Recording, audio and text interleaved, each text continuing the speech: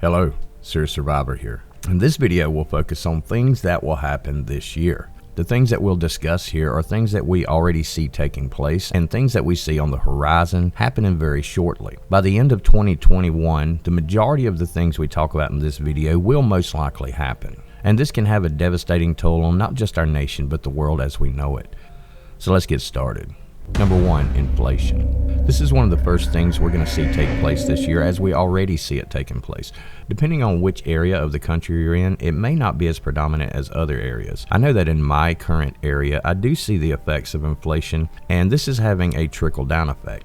As prices go up, people can afford to spend less, and this in turn is going to affect the economy greatly. As the new administration has stated, they're going to shut down the Keystone Pipeline, and this is going to dramatically affect our gas prices. Once gas prices are on the move, then everything else will rise accordingly. And this is an effect that we're already beginning to see, and we're going to see at a much heavier rate as time goes by. And this also leads into something else, and that's food shortage. Food shortages are becoming evident in some parts of the country, and I see it in my part of the country. And every time that we go into a store, or every time that I go into a store recently, what I'm seeing is just a little bit less and less of various food products. And what I'm seeing even more of are the smaller food companies. Their products are not being offered anymore, and it's the larger chain companies that produce our food products that I'm seeing that there is any availability left for.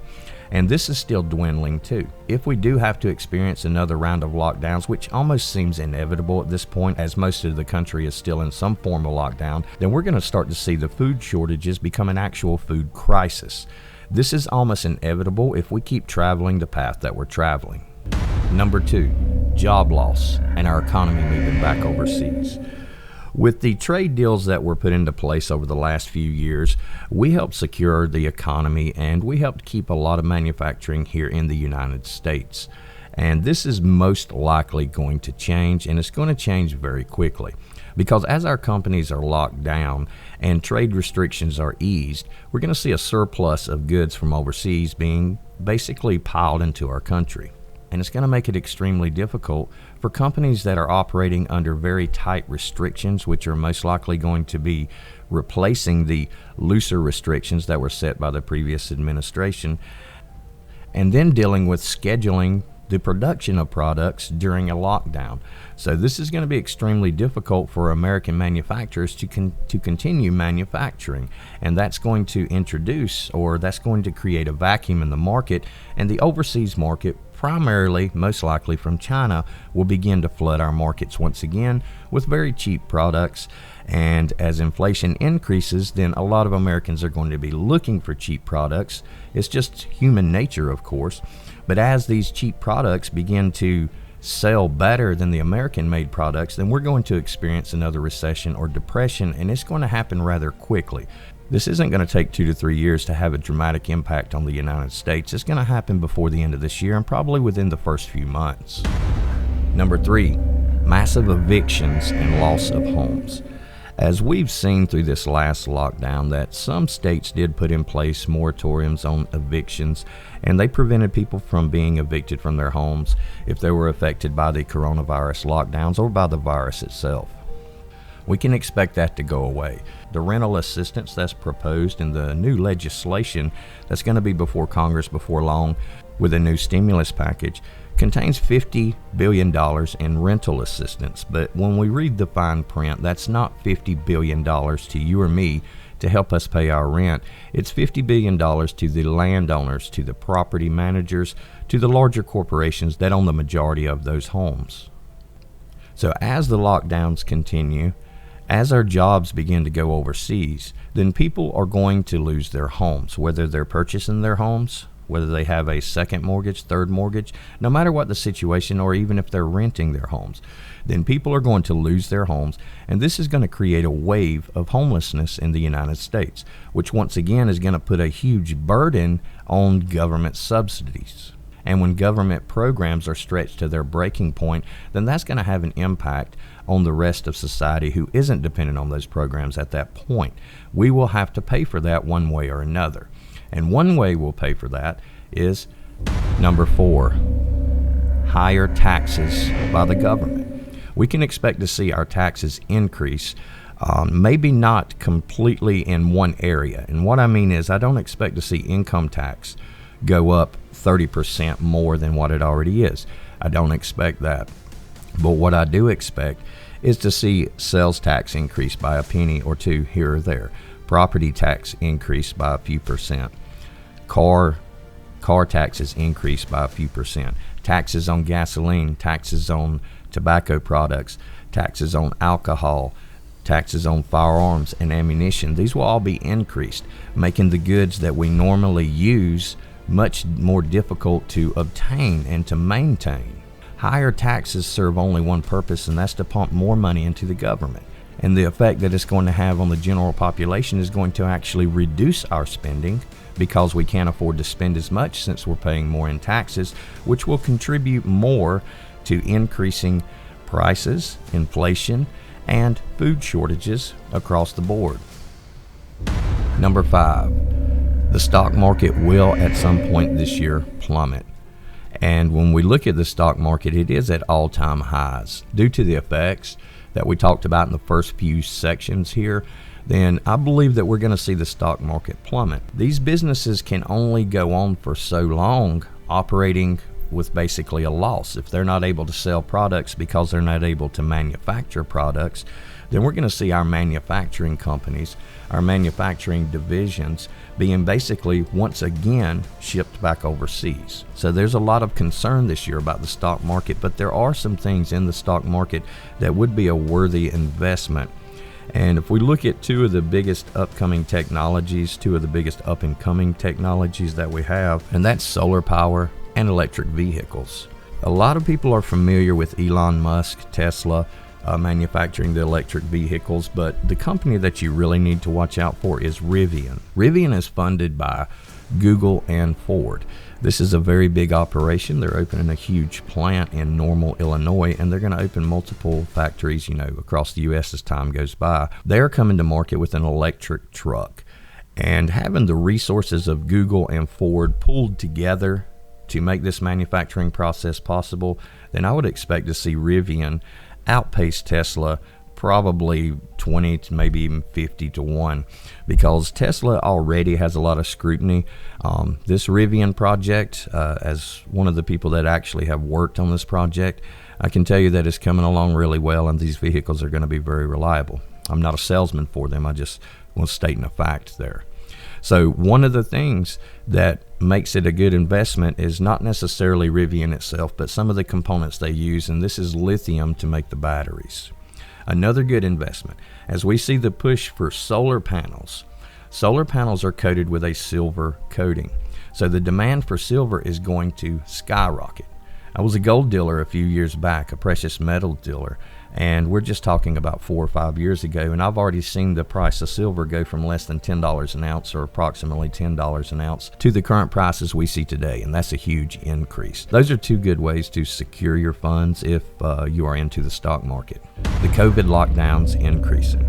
As we've heard from the new administration that there's going to be a mandate for 100 days of mask wearing, and I expect there to be a push towards the states to increase their lockdowns. Although we see a lot of dissenting information on this, no matter where you stand on the virus or the lockdowns, no matter what our personal opinion may be, the fact is this: we're going to be affected by it. I'm still going to be dramatically impacted by the lockdowns we see. And the lockdowns are going to contribute to the last few sections we talked about earlier. So I do expect to see a multitude of lockdowns increasing throughout the United States. And I'll put up a link here that shows the areas of the country that are locked down and shows the actual restrictions placed by the state governments themselves. So check the description for that link. The New World Order. A lot of people don't like to talk about this subject, but a lot of people do. And part of the step towards that is going to be the re-entry into programs such as the Paris Climate Accords and nuke deals with Iran, stepping up financial aid to other countries. And a lot of people may not see this as being a step towards the NWO, but if we think about any group trying to control another group, what is the best way to do that? 3 things. The first is to make them dependent on you. And by supplementing multiple countries around the world, by giving financial aid to these countries and putting restrictions with that financial aid, then the governments of the world are making the smaller governments more dependent on them. And it makes that easier for them to control these smaller governments, because once a government is completely dependent on a set of other governments, then they're going to do as ordered, basically. The second step to controlling a population is speech. And we see free speech being under attack in the United States. There are a lot of places in the world that already do not have free speech. They are not allowed to speak their mind on any platform or even in public in some instances. But that's another method of controlling the population, because if we can't spread ideas, if we can't speak to other people and speak our minds about ideas and thoughts that we have, then we are being thought controlled at that point. The next step is gun control. The UN itself makes no secret that they want to restrict small arms to only military and police and UN forces. They do not think that any civilian should own any types of small arms. And we see a push towards that in our own government right now. I see us heading towards the New World Order this year. I see that word being used a lot, and I think we're going to see it used even more as time goes by, as this year passes. So this is something we do have to take into account, and this is something that we will face. It is not a possibility, it's inevitable. Next, civil unrest. We will see civil unrest this year. We saw it almost the entirety of 2020, and it's not going to let up, it's not going to ease up. We could possibly have a small break in it right now, but as the things we talked about earlier, as the economy takes a downturn, as people start losing their jobs, and as people start losing their homes, as food becomes more scarce, and as people become more dependent on the government, then we're going to see more civil unrest in our streets. The civil unrest that we saw in the past year was devastating enough. There were a lot of terrible instances that occurred during all of this unrest and during these protests or riots. But this year it's going to take a different road, I do believe. And what I mean by that is the next section, martial law. We already see a soft form of martial law. We saw during the inauguration nearly 30,000 troops in place at our U.S. Capitol. They fenced off the entire area and created a perimeter, and if they didn't want you in, you weren't getting in. And as civil unrest begins to increase, then I expect what we saw in Washington to be put in place in more areas throughout the country. I expect a more militarized approach towards civil unrest this year. I expect a heavier police presence everywhere this year. And also with this, I don't think that a formal martial law declaration will be given unless things get completely out of hand nationwide.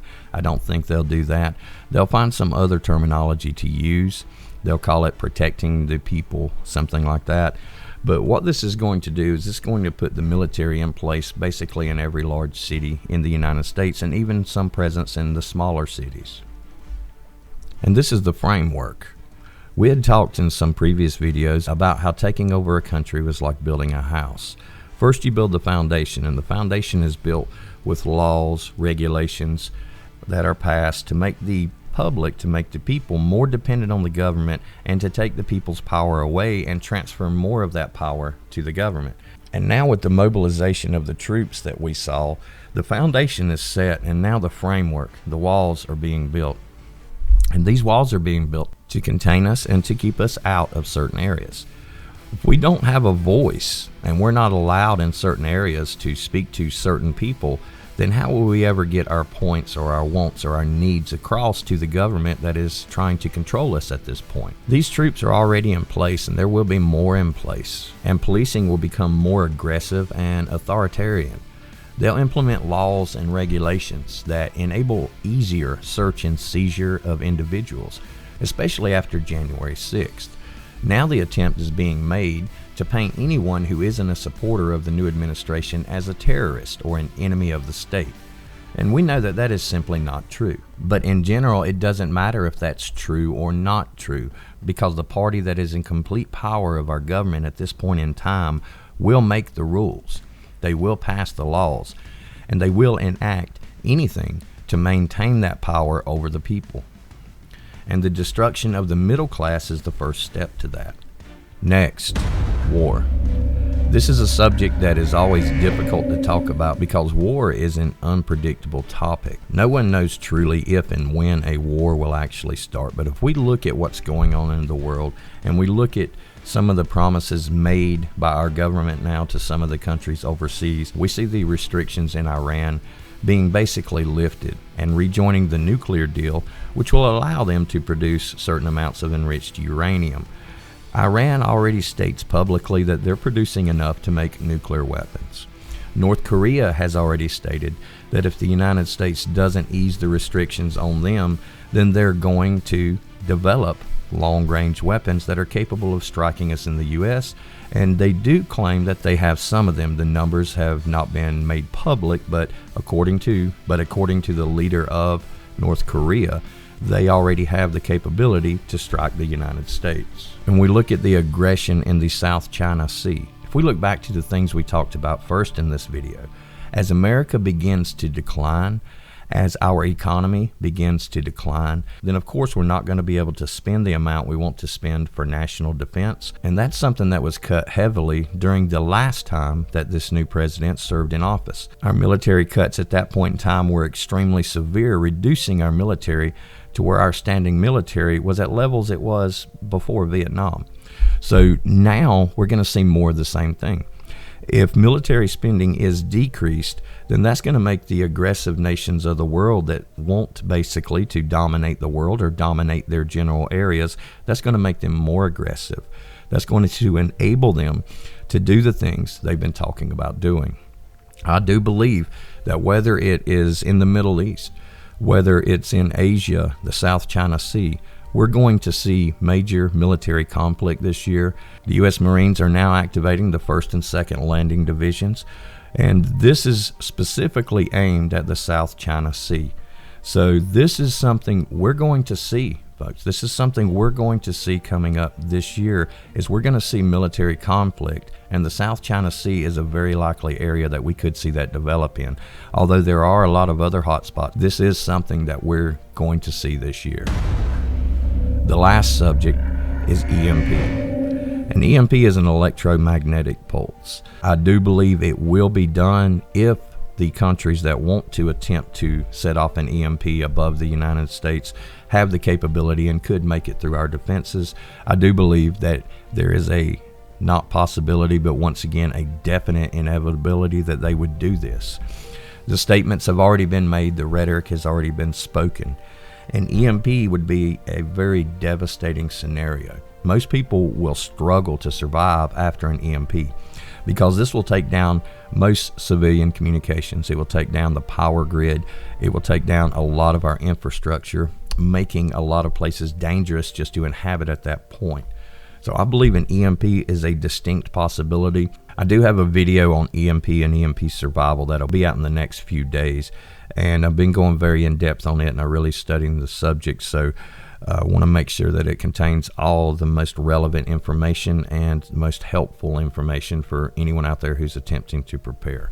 So all of the subjects we talked about, I'm going to break down into smaller videos. I just wanted to touch on the things that I truly believe are going to happen this year.